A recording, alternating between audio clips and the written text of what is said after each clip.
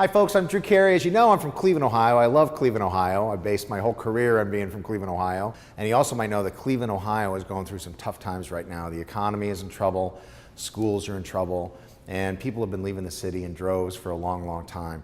And it's not just Cleveland, it's a lot of cities in the country are having the same problems. And I went to the folks at the Reason Foundation and I said, is there any way we can come up with some ideas to help save Cleveland? And we looked at some best practices at other cities around the country, and we wanted to know if we applied them to Cleveland, would it do any good? The series is called Reason Saves Cleveland. Hope you like it.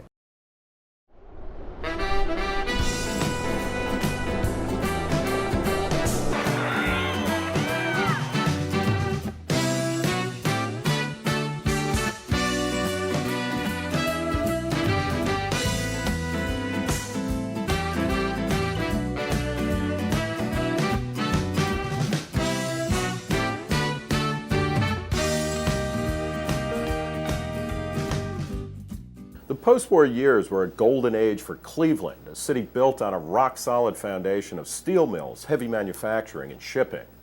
In 1950, Cleveland was the sixth largest city in the United States with a population of nearly 1 million people. The city's economic strength was mirrored on the playing fields of the NFL and Major League Baseball, as athletic heroes like Bob Feller and Lou the Toe Groza brought championships to Cleveland. In the 1950s, Northeast Ohio appeared to be a place of limitless possibilities. Almost 2 million people live and work here and recognize this area as the best location in the nation. So how did the best location in the nation become the mistake on the lake? Cleveland's tale of decline is familiar to all inhabitants of Rust Belt cities. It's a story punctuated by economic downturns, population decline, and social unrest. It was really like a racially divided city, Cleveland. You ask anybody. In 1966, racial tensions came to a head, culminating in the Huff race riots. As with Newark and Detroit, the riots created a sense that Cleveland had become ungovernable. In 1969, as the nation began to develop an environmentalist sensibility, the massively polluted Cuyahoga River actually caught fire, providing an iconic and disturbing image of an unlivable urban hellhole. I went to the beach once downtown, and there was nothing but dead fish all over the beach and stuff, so it was horrible. In the 1970s, pitched battles about racial desegregation in Cleveland's public schools pitted blacks against whites and liberals against conservatives. And Charlotte, what was your initial reaction when you found out Todd would have to be bussed away? Well, I felt that I'd rather go to jail than have him bussed across town. The busing controversy increased flight from the city and created an even bleaker future for Cleveland's public schools. The bad economy of the 1970s hit Cleveland especially hard, as heavy industry jobs increasingly relocated to the South or outside the United States altogether. And in 1978, under the guidance of boy Mayor Dennis Kucinich, Cleveland made history by defaulting on a $15 million loan. I mean, it was just a national joke. The whole city was. By 1980, Cleveland had lost a third of its population. And when the city's once great sports franchises weren't slumping, they were breaking the hearts of their fans.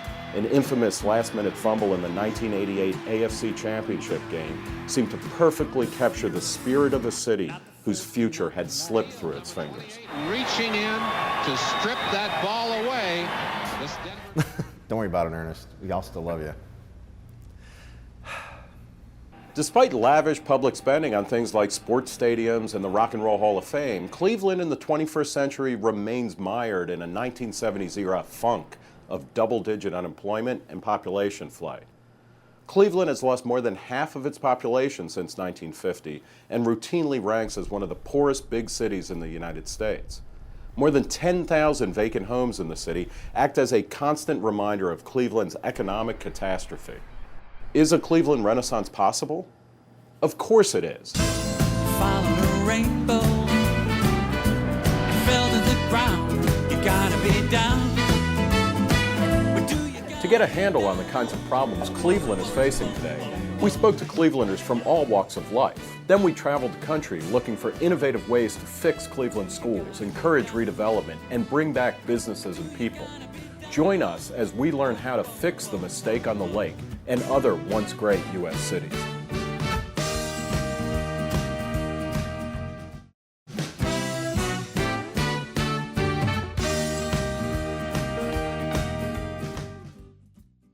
Your choice is, go to a Catholic school or get the hell out of town and raise your kid somewhere else.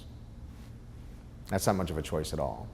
Do you like the Cleveland schools? Yeah. They can't afford to have social workers and deal with the violence and the anger and the poverty. They don't care about us. Despite spending around $14,000 per student, Cleveland public schools are not making the grade. Only 12% of Cleveland's district and charter schools merit a state rating of excellent or even effective. What's the role of education in the decline of Cleveland proper? I'm actually going through a really big time in our lives. We have a 4.5-year-old. We live in Tremont. We live in Cleveland proper. We've lived there for 10 years. And all of a sudden I'm going, oh my gosh, do I have to leave the city that I love? Most people aren't willing to live in the city today if they have children, if they can afford to be out of the city. 7 years ago we had 70,000 students, now we only have 50,000. Who's in a suburb? Okay, you're all in a suburb. Arguably, no issue is more vital to a city's prosperity than K-12 education. If it's bad, it drives out young families with kids and fails to prepare young people for the workforce. Any plan to revitalize the city must radically improve K-12 education. We asked Cleveland City Council member Kevin Carey how to fix the problem. What's the single biggest thing that Cleveland could do to jack up its education level among its citizens? I don't have a good answer to that. Cleveland's public education woes are hardly unique. All over the U.S., urban schools that serve low-income minority students are failing. We went to the flatlands of Oakland, California, a low-income area populated mostly by Latinos and African Americans. A few years ago, parents and educators were as frustrated with their failing schools as Clevelanders are today.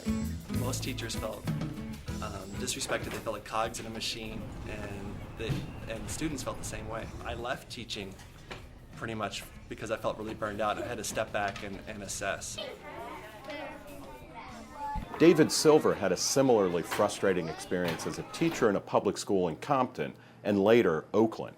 Then I saw the statistic that only 1 out of 20 kids was eligible to go to a University of California school, and I saw that there was an opportunity to start a new school. Oakland Unified had passed this resolution that 10 new schools could start and that you could have autonomy and flexibility with respect to budget, curriculum, and staffing. And I said, maybe this is the ticket. Silver accepted the challenge and co-founded Think College Now, where he's now the principal. TCN is a small, autonomous K-5 school that is achieving extraordinary results. 68% of TCN students are English language learners, none of whom were reading at grade level when the school started. Today, 60% of TCN's English language learners are proficient or advanced readers. I love TCN because, we're all a very big family here. I will go to college. Yes, I can. Yes, I can. The combination of autonomy and accountability was so successful in Oakland's small schools that the school board eventually adopted a policy they called results-based budgeting, district-wide. I always say to a teacher at our school, look, I have total trust in you to reach these results. You tell me, as the principal, what you need, and I'm going to make it happen. I couldn't say that were it not for results-based budgeting. I'm able to teach what I want to teach, and as long as I show results, I feel like I'm respected as a professional. I'm really glad I'm here. Hey, this stuff works. People that want to be innovative, people that want to be held accountable for results, they're going to come. And people that want the status quo, they may leave, and that may be okay. These children could be the first generation of college students. So it's hope. Oakland has had some of the highest achievement growth of any urban district over the last 3 years in California. If it can happen here, it can happen in Cleveland. It seems simple. Giving schools more autonomy can lead to the kinds of results we all want for our children.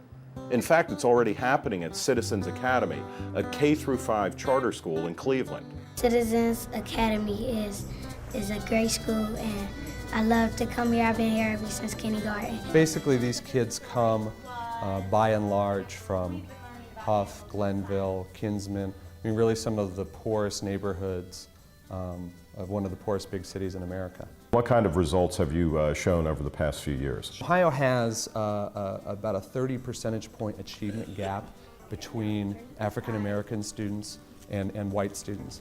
And last year our students overcame that achievement gap. They actually outperformed the statewide average for non-minority students by about 7 percentage points. It's just total difference. You know, they teach respect, discipline, honesty, and I don't think that the Cleveland Public Schools, you know, have an emphasis on all of those things. Talk a little bit about how a charter school is different from a traditional public school or even a magnet school. What's different is, first of all, in the funding. While we receive the state and federal funding, we do not receive any local public dollars.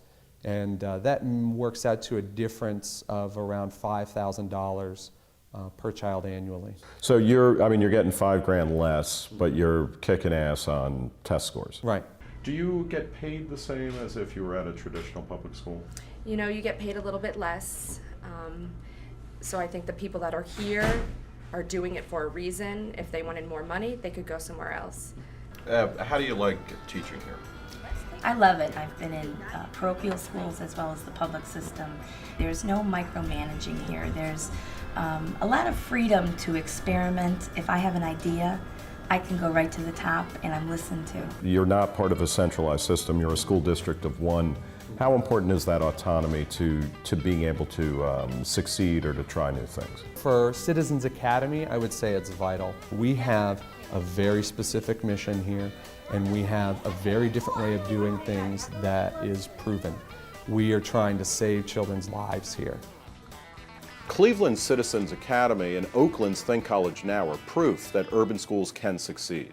So why doesn't Cleveland implement reforms that will lead to innovation and improved results? One of the biggest reasons is that politically powerful teachers' unions are resistant to change. How do the unions affect education in the CPS? Are they a force for good or are they a force for bad? They're a force. They're a force. Let me just say that one way or another. Like maybe hiring teachers based on seniority isn't the best idea because just hanging around doesn't make you good. I think the biggest issue with teachers' unions today is that they're lobbyists. They're spending millions and millions of dollars lobbying for issues that frankly have nothing to do with education. What are the teachers' unions' attitudes towards charter schools? I think that there's certainly elements in the Cleveland Teachers Union that see us as a threat, that see us as competition, and I think that's good. Yeah. Hopefully it encourages them to step their game up a little. Cleveland's leaders should work with the teachers' unions to increase autonomy and accountability at school sites. Even better, they should look at a promising new approach called weighted student funding. The way it works is that the money, which varies depending on each individual student's needs, follows the child. Parents choose among traditional charter and private schools that compete for students. Do you think that that's an innovation that's worth thinking about having funding dollars follow the student? Yeah, I've heard it referred to as the backpack approach, and I really think that it makes a lot of sense. It would be best for the parents and families to have choice, send their kids where they want, make the schools compete against each other. Schools of choice are the way to go. And that's the way it is once you get to college. The future economic viability of our city and our region absolutely depend on the quality of our education. Do you want to go to college? Yes. Yeah? Do you know what college you want to go to? I think I might go to Ohio State.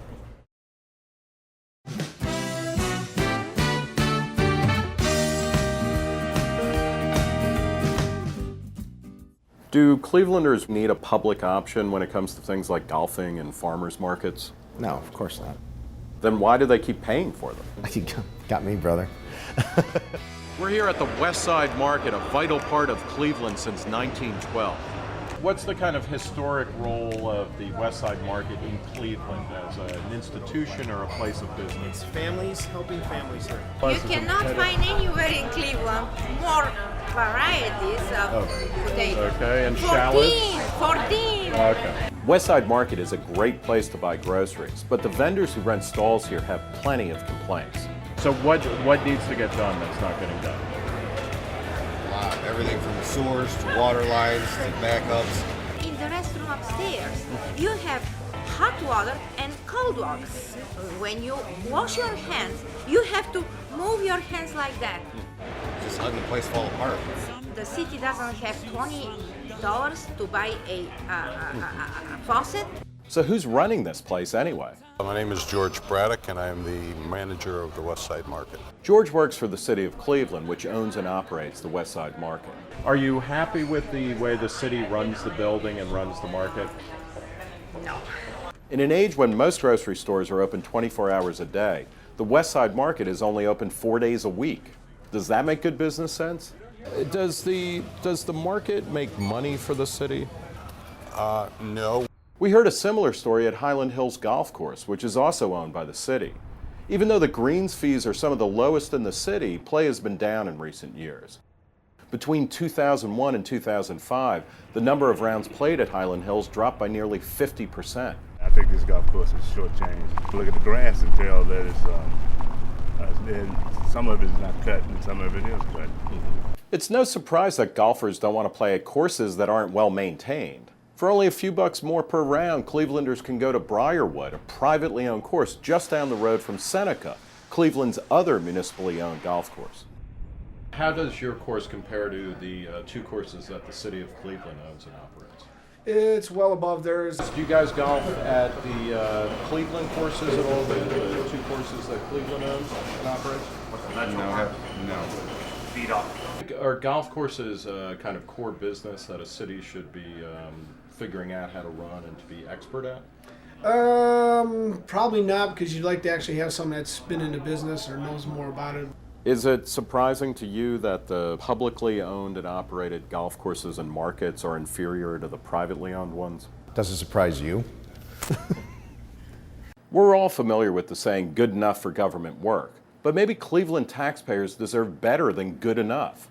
Is there any evidence that private firms can do a better job, whether we're talking about running a golf course or paving city streets? We went to Chicago, a city that has privatized a number of its assets recently through a process called public-private partnerships. This entire section underneath the new Millennium Park, which was built with largely private donations and private funds, is the largest underground parking system in the world. That system was formerly owned by the government, by the city, and now it's been privatized. Michael Smith is an attorney at Baker & McKenzie. Over the past few years, Michael has represented firms bidding to lease city assets.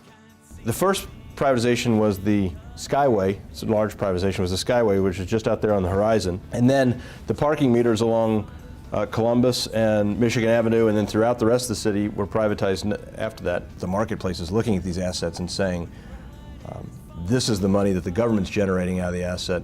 Look at how much more can be captured if you take it into a private regime. Not only has Chicago generated more than $3.5 billion during its recent leasing spree, but the operating firms are investing millions more in order to provide better service. Many of Chicago's 36,000 meters are being replaced by solar-powered meters that accept credit cards.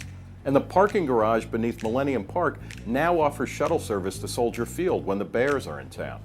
In most publicly run assets, there's efficiencies that can be gained when you bring revenue into the equation as the central important function of the asset.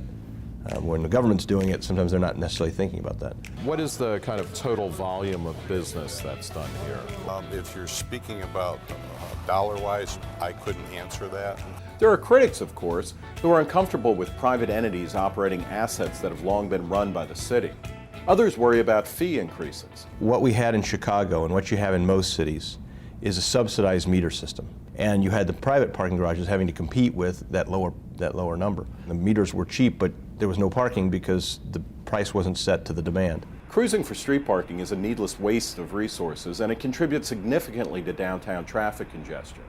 According to studies, something like 30% of the congestion in downtown commercial districts is a direct result of cruising. In Chicago today, not only is there less congestion, but the private firms that provide parking in the city are now competing on an even playing field. The biggest opponents to privatization are often unionized city employees like George, who are afraid they'll lose their jobs. But that need not be the case. One of the concessions that's been pretty common in most of the privatizations, both in the U.S. and internationally, is for the existing employees of the privatized system to be entitled to continue in their current function, whatever that may be. The bidders will say, this is what I'll bid if I don't have to take on all the existing employees, and this is what I'll bid if I do. Privatization is really nothing new, but it's becoming an increasingly attractive option for cash-strapped cities across the country. We spoke with one of the nation's leading experts on privatization to learn more about the process. My name is Steve Goldsmith. I'm professor of government and director of the Innovations in American Government program at Harvard. As mayor of Indianapolis for 2 terms in the 1990s, Goldsmith privatized a number of city assets as well as 80 city services through a managed competition process. And every time we created a competitive bidding platform, on an average, we saved 25%. And the cumulative effect of those competitions was about $450 million in savings. And more importantly, every time we saved $1, we actually increased the quality of the work. Managed competition allows public unions to bid for contracts along with private entities. But at least at first, the unions resisted. In our city, we had 7 AFSCME unions that were very anxious at the beginning of the process. They were really mad about privatization. They were anxious about competition. But what happened over time was that the men and women who actually did the work came out ahead, because sometimes they would bid and win. Sometimes they would bid and lose, but the winning vendor would take the employees. They would come up with systems where the workers could do more, could have more discretion, could earn more money. This privatization stuff seems like a good deal for citizens and, amazingly enough, for union members who are willing to compete as well. Are there other benefits? One of the key benefits, in particular for Chicago with what we've just gone through with Blagojevich and our long history, is that privatization adds transparency to government. A little transparency would do wonders for the Cleveland metro area, where FBI agents have recently unearthed widespread corruption among local officials. It's easier to run a government when you don't have commercial jobs to hand out to people and commercial contracts to give people. It takes the candy away from the kids. It's clear that privatizing assets and opening city services to a managed competition process can make cities more efficient and better able to take care of core functions like maintaining infrastructure. But how can a city like Cleveland generate the necessary political consensus? People who are wealthy, they can move or they can buy their services. Right? So the systems today, these bureaucratic systems, are unfair to the people who are poorest and locked in those communities. So let's make the case for change to them. If the building was sold to a private operator, do you think that would be better for you or worse for you? It would be better for the general public. Privatization projects generate cash, increase the quality of city services, and help make governments more transparent. What's not to like? Come on, Cleveland, privatize it.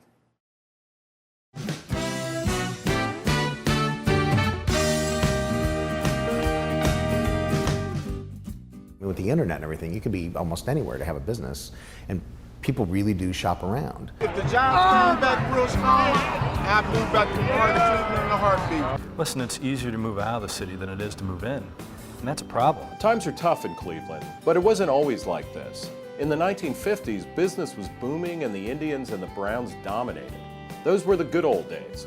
When Cleveland was going, you had the Westinghouse building, you had Ever-Ready Battery, you had a million print shops, you had 1 million people. It used to be the 6th largest city in the United States, but that was back during the heyday of steel and a lot of things that were going right business-wise. All of that dried up in the 70s, and it's been a steady decline since then. When the jobs left, the people followed. Today, Cleveland is the 41st largest city in the U.S. with a population of just 435,000. If Cleveland is to rebound, it needs to be the kind of place where businesses can flourish. How would you define the city's business climate? I would say the city's business climate is robust. Michael DeAloia has a different perspective. As Cleveland's tech czar during Mayor Jane Campbell's administration earlier this decade, his task was to convince high-tech firms to relocate to Cleveland. Every time I would go out to a tech company, I can tell you the same exact conversation I would have. And the idea was like, hey, I want you to move into the city of Cleveland. And the response was, you have to be out of your mind. Though he had no staff or budget, DeAloia was able to offer companies affordable and funky office space in places like the Tyler Elevator Building. In 3 years, Michael managed to lure 37 high-tech firms to Cleveland. But that was only the first step. Part of Michael's job was to help these companies navigate the city's regulatory system. What were the recurring obstacles to developing? Well, a lot of it was in permitting and inspection. It was not a fleet-moving organization. While Cuyahoga County has seen some growth in high-tech and medical fields, it's lost more than 100,000 manufacturing jobs in the past 10 years. When we asked Clevelanders why businesses weren't thriving, they gave us two reasons: taxes and red tape. My only experience in running a city is SimCity, the computer game. I know when you raise taxes, all the Sims leave the city. There are entire neighborhoods on the east side that are completely abandoned and empty, so the property tax that the city once enjoyed is gone. It lives on employment tax. You've got companies leaving en masse. Cleveland's economic death spiral has coincided with a gradual increase in state and local taxes in the Buckeye State. In 1977, Ohio ranked 45th in the nation in terms of its tax burden. In 2008, it ranked 7th. Today, Cleveland seems to be more focused on tax revenue than it is on the overall business climate. Whenever a new business comes in, the first thought is how much tax revenue will that be? We talk about jobs too, and it's good for people to have jobs, but even then, we look at the employees that would come in for that business as expanding the tax base. Clevelanders not only pay a lot of taxes, they also have to deal with an exceedingly complex tax system. In addition to federal and state income taxes, people in Northeast Ohio are burdened by local sales and property taxes, as well as city payroll taxes that average around 2%. It is not the sort of simple tax system that encourages economic activity. For people to say that the climate is anti-business, don't know the ward that I represent, and don't know the business people that I'm proud to take care of at the city. But most of the people aren't saying that the people are anti-business, but that City Hall throws up a lot of roadblocks that are unnecessary. Various business owners we've talked to. Can I ask you who? Since so many of the disgruntled business owners we spoke to were afraid to appear on camera, we didn't give any names to Joe. But we did find a few brave souls who were willing to speak candidly about the red tape in Cleveland. I think the city wants to work with you. I think some of the staff does not work as maybe expedient as the private sector would like things to move. So I call it architecture by persistence. I had a time frame as to when I was going to start and when I was going to finish. Of course, that never works out the way you anticipate, but you also would hope that when you're ready to start demolition, that the city doesn't tell you, no, you have to wait for 3 more months for us to approve your plans. This poor guy across the street from me went there to get a sign put up on his building. Little sign on a brick building in an area that's now deserted. Well, who cares? He goes to the design review thing and they want him to bring a drawing, bring another sign, try this sign, what? It's a sign. In Cleveland, you can need a permit for a pool table, or if you want to have a DJ spin records in a restaurant on a Friday night. That's not the sort of environment that's welcoming to business and that's welcoming to entrepreneurship. Any investment that comes in will end up going to a suburb anyway, because who wants to deal with these people? This is the Board of Zoning Appeals, where many of the battles between business people and City Hall are fought. This is beyond ridiculous. In Cleveland, like many other older cities, the way you get things done is to lick the boots of the city's politicians in the hope that they'll champion your cause. And really, my job is to be the needle and thread until we get it done. Could you talk about a case where you helped a small business cut through red tape just so a businessman could get on with buying and selling stuff? Morgan Linen is the only linen company left in the city of Cleveland. The neighbors agreed to this change in zoning so he could expand his parking lot to pull the cars off the street and he could actually hire more people. He not only had to navigate the city's building and housing department, he also had to navigate the sewer department because of the irrigation. He had to navigate the county because of the taxation and the way they were billing, and he had to navigate how he was going to consolidate his lots so that the zoning would be in total and not just for one. He was trying to do this for the last decade, and we got involved and we're actually able to help him in about a year and a half. There's got to be a better way. We went to Houston, a city without a state or local income tax, where we spoke to businessman Dan Bello about Houston's business climate. Bello is the chairman of the Greater Houston Partnership. We have 29, I think, Fortune 500 companies headquartered here in Houston. But you know what? The majority of the employment base comes from small businesses, people who employ less than 100 people. And those are the people you really need to support. You need to make it easy for them to do business. You need to make it affordable from a tax point of view. The assumption in Houston is you should be able to do what you want to do unless there's a really good reason why you shouldn't do it. In many cities, it's completely the opposite. You shouldn't be able to do anything unless you kiss X number of rings or X number of tokuses, depending how you want to put it. Jordi Blanchet is the general manager of a brand new Biventura manufacturing plant in Houston. Our company is producing mainly parts for the automotive sector. It's all turned parts. We have screw machines, around 20 in Spain, and here we are planning to have like 3 or 4 the first year. Jordi's Barcelona-based company could have set up shop anywhere in the U.S., including a traditional manufacturing town like Cleveland. But the company chose Houston. Before coming here, we get a study made from the Chamber of Commerce of Barcelona, and they decided that Houston was a good area because they told us that it was very easy to just set up the company. In fact, Jordi and his colleagues were able to complete all the paperwork to set up shop in Houston in a single afternoon. So really, that's something that it shocked me because, well, in Spain, if you want to set up a company, you need almost like 5 months or 6 months. It's not that easy. Why do 60,000 people move to Houston each year? They come for the opportunity and they stay because, if you believe publications like Forbes and Kiplinger, Houston is a great place to live, work, and play. Why do we keep adding jobs? Why are you here talking to us? Something's working right. So what can Cleveland learn from a city like Houston? The best thing for a place like Cleveland to get business in there, and most of all, if they want international business to go there, they have to make things easier. Cleveland's not going to attract people because of its beaches or because of its mild winters. It's going to attract people if this is a place where they can reap the returns on their investments and make a good life for themselves. It's a bottom line thing for businesses. They want lower taxes and less red tape. Simple as that.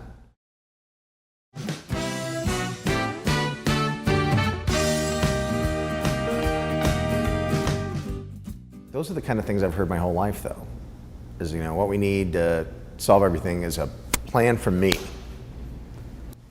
politician, whoever, and all my buddies. And we'll make sure this will bring people downtown if we just put this in. Like a lot of cities with dying downtowns, Cleveland is desperate to revitalize its center city. Cleveland's leaders have bet huge amounts of public dollars that big-ticket attractions will spur economic activity.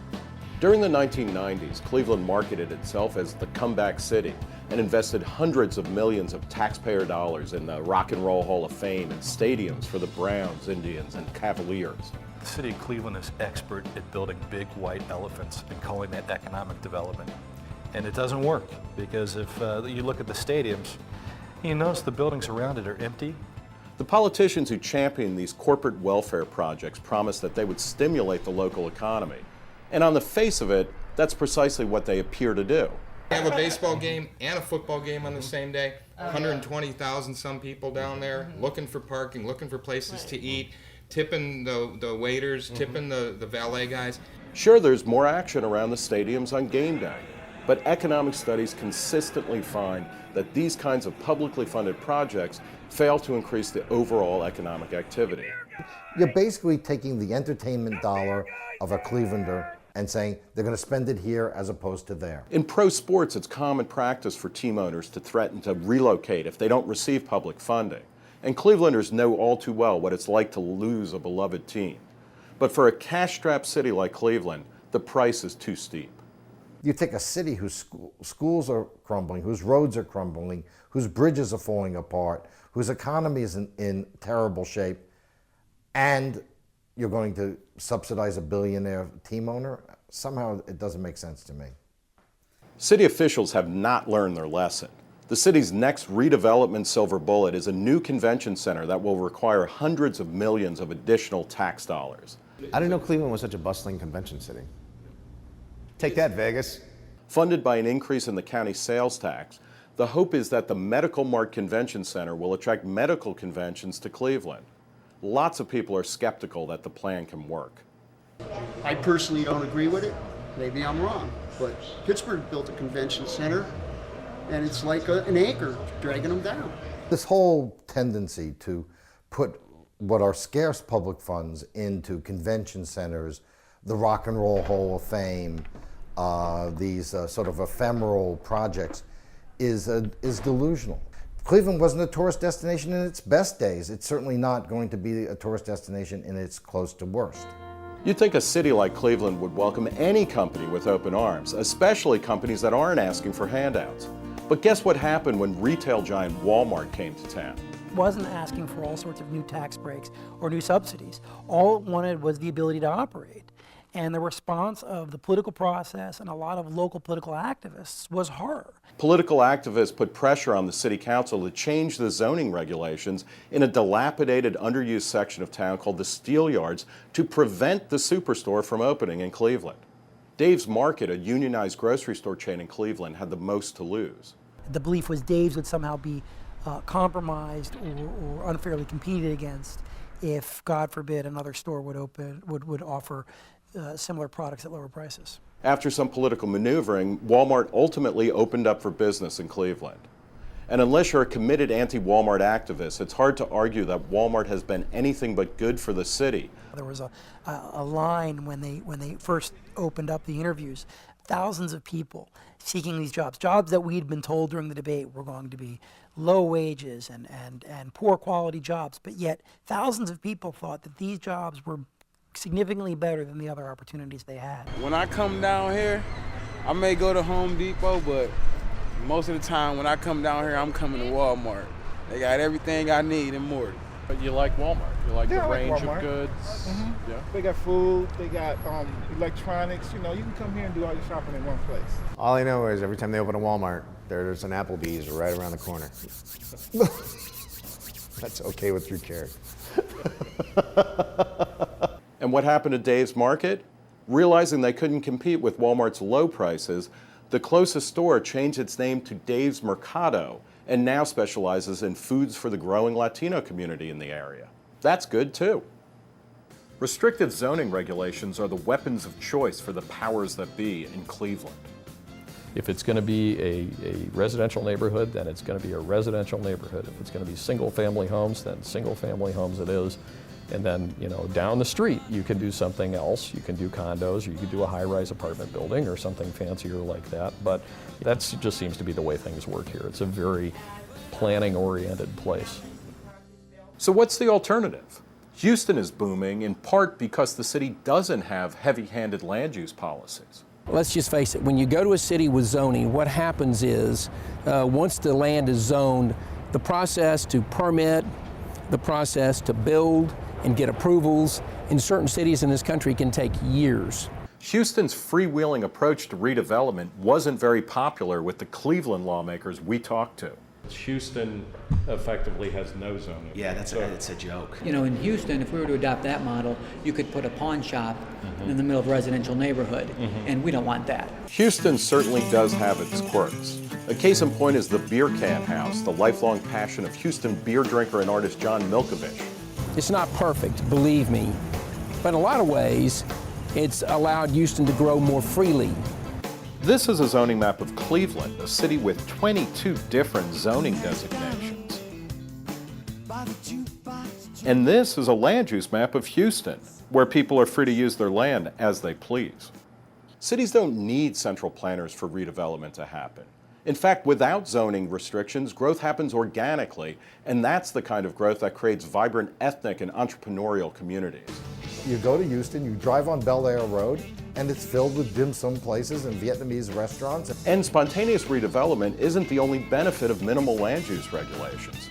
Part of Houston's sort of free market approach to land use regulation is that we don't try to force all of our commercial skyscrapers downtown. We let them kind of set up wherever they like, and that has led to a clustering of various job districts around the city, sort of a decentralization. Having multiple business districts eases traffic considerably. But most importantly, Houston's liberal land use policies encourage redevelopment by reducing costs for developers. Approvals at City Hall and then permitting, I think we can do it in about half the time that you can around other parts of the country. And that's flexibility, and that lowers a person's cost. The top-down approach to redevelopment hasn't worked in Cleveland or anywhere else. It might just be that Cleveland needs more Walmarts and fewer convention centers.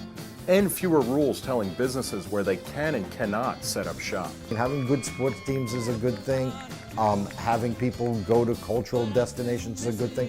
But if you don't have economic vibrancy, you're really not answering the fundamental question.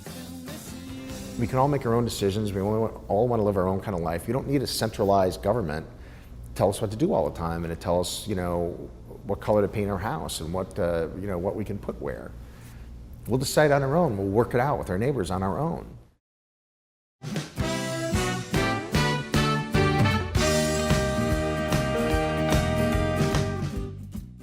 You could do Price is Right in Cleveland. I would love to move back. I hate Los Angeles. No city can exist without people, and Cleveland has lost more than half its population since the 1950s, when nearly 1 million people lived in the city. Many moved to nearby suburbs, but even so, the population in the region has remained flat for decades. Given all of its problems, you might wonder why anyone would want to live in Cleveland. Well, for one thing, Clevelanders enjoy the kinds of big-ticket entertainment options you can only find in large cities. In addition to the Browns, Cavaliers, and Indians, and attractions like the Rock and Roll Hall of Fame, Cleveland has a lot to offer people with a taste for high culture. Well, we have a tremendous orchestra. One of the best in the world. The Art Museum is phenomenal. Playhouse Square is the largest contiguous theater center in America outside Broadway. These cultural attractions are great, but can they really do anything to help revitalize Cleveland? We get it wrong. We think that it's the cultural amenities that drive the prosperity, when really it's the prosperity that drives the cultural amenities. It's true. The orchestra, museum, and theaters in Cleveland are artifacts of an era when Cleveland was an industrial powerhouse and threw off tons of cash. The Rock and Roll Hall of Fame and the sports complexes, on the other hand, were built with hundreds of millions of taxpayer dollars in sweetheart deals during Cleveland's economic decline. These amenities are not the fruits of a vibrant economy. They're monuments to the empty promises of Cleveland politicians. And while the Cavaliers provide a great entertainment option for tourists from the suburbs, you can't judge a city's health by looking at its basketball team. LeBron James is not going to save Cleveland. So what else does Cleveland have going for it? Well, there's no denying that many people absolutely love the city. In fact, we found some interesting folks who were so charmed by Cleveland that they decided to move here. In a past life, Les Roberts was a Hollywood producer and writer for shows like The Hollywood Squares and The Lucy Show. He came to Cleveland for the first time in 1987. And I didn't know anything about Cleveland when I got here. I knew about Jim Brown and Bob Feller and the river burning. But I had no clue what the city was all about. And I was here for like 10 days and I fell in love with Cleveland. Les moved to Cleveland a few years later and has been writing novels featuring Cleveland-based detective Milan Djokovic ever since. Taj Mihelic, a professional BMX rider who's lived in Austin for the past 15 years, recently decided to relocate to Cleveland. From the first time I came here, I got this really strong feeling that this could be home, and it's a cool place. So what exactly is so cool about Cleveland?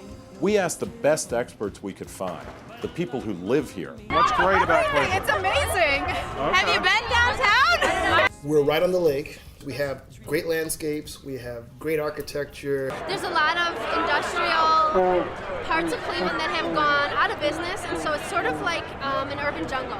There's a lot of opportunity and potential here. There's something that feels lived in here, like a worn pair of jeans, Cleveland's a small, big town.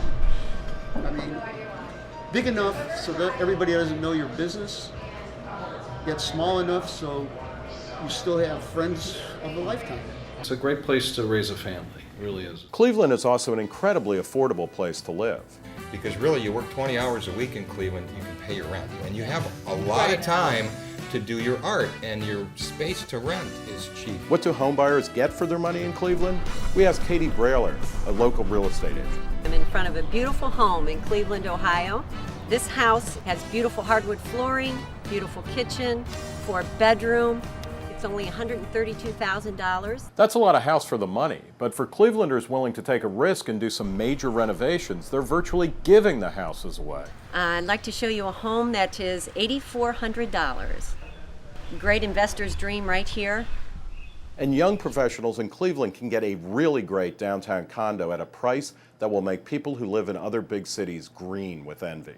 We're in the common area right now, which is just gorgeous. I'm going to send you up to a unit that's a 2-bedroom, 2-bath. That's $279,900. It's a little over 1,200 square feet. It's got granite, it's got stainless steel, hardwood flooring, and great views. Cleveland's also a diverse city with lots of great ethnic neighborhoods. The people who live in these neighborhoods are the descendants of immigrants who originally came to Cleveland when the economy was thriving. On any given weekend in summer, you can throw a rock and hit 2 different, the polka festival. Yeah. Oh, exactly. Greek festival. I love the neighborhoods. I love the people. I love the food.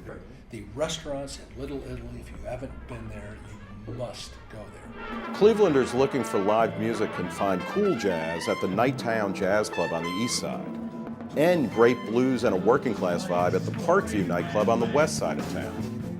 Tell us about the Parkview nightclub. What's the history of the Parkview? Oh, a lot of history.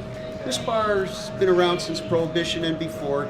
This whole neighborhood is littered with speakeasies, the remains of speakeasies. So this bar was in a kind of a crazy neighborhood. One of our favorite joints in Cleveland is a one-of-a-kind place called the Velvet Tango Room.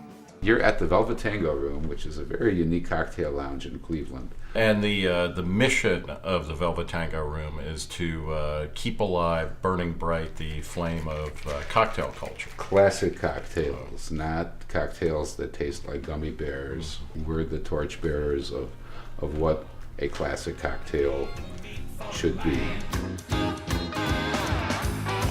Cleveland also has hidden gems like Ray's Indoor Mountain Bike Park, the only one of its kind in the whole world. It was a dream of mine for years, and then I had an opportunity, and I found some space, and just threw the dice, spent my life savings. Since the first time I've come here, Ray's has been what I think just is the happiest place on bikes that I've ever been around. Everyone's riding. You have 3-year-old kids to old men and moms and dads and pros, and it's great. It's really worked out really well, and it's all about just having fun. And as anyone who's visited Cleveland will tell you, Clevelanders are very good people. The great part is the way the people treat you. It's like very friendly. Everybody's happy-go-lucky. Okay.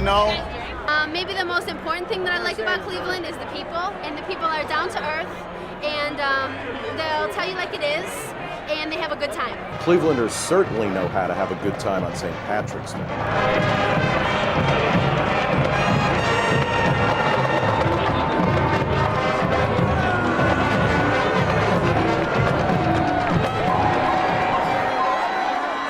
But when the party's over, the city empties out again. Are there any signs of a turnaround? Not really. In fact, according to a recent study, 60% of Ohio's college students plan to leave the state when they graduate. Many of them will move to cities like Houston. When you look at Houston, you say, why do people go there? Well, they don't go for the topography. They don't go for the climate. They go to Houston for opportunity. That's what it's all about. All great cities are aspirational. They are places where people go because things could be better for them. I would like everybody in Cleveland to have like rich kid syndrome, where they feel guilty, that they had all these opportunities and they have to go to Nicaragua now to do some work in the summer when they're off from college to make up for it. In order to compete with other cities, Cleveland must deal with its most fundamental issues. For starters, the city needs to fix the schools, make government more efficient, and create a more business-friendly environment. I think the city could be conceivably a lot better, but I think it's going to have to let go of a lot of its older dysfunctional ideas. This is one of the problems that almost all these old industrial cities have had. A very concentrated decision-making process, very bureaucratic. Well, I think one thing that the city needs to do is back off a little bit and recognize that real sustainable economic development has to be organic and has to occur bottom up. At the end of the day, city officials need to let go of their bureaucratic inclinations and find ways to make Cleveland the kind of city where people are free to pursue their own versions of the American dream. It needs to be a freer city than it is today. It'll work out on its own, I'm telling you. That Adam Smith invisible hand is a really good thing. There's nothing to be afraid of.